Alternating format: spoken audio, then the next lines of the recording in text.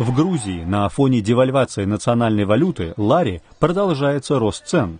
Так, на продовольственные товары он составил в феврале от 7 до 15%. Буханка хлеба подорожала примерно на 8%. Резко выросли также цены на сахар, гречку, кофе, соль и сладости. Только за февраль грузинский лари обесценился по отношению к доллару примерно на 10%. В столице Киргизии, Бишкеке, около 100 гражданских активистов провели специальную акцию, призывая политиков принять дополнительные меры для ограничения насилия в отношении детей. Они подготовили специальные послания президенту страны, парламенту и правительству, требуя обеспечить детей более широкой законодательной защитой. Сразу несколько случаев насилия в отношении детей, включая малолетних, отмеченных в Киргизии за последнее время, породили в обществе жаркие дискуссии на эту тему. В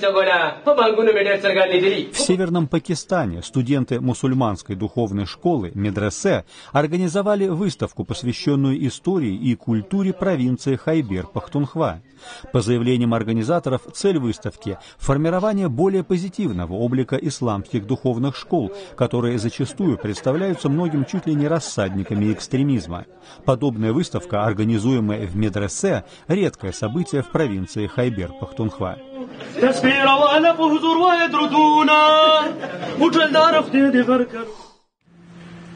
А в столице Пакистана, Исламабаде, посольство Азербайджана и один из пакистанских исследовательских центров организовали выставку каллиграфии, получившую название «Цвета мира и гармонии».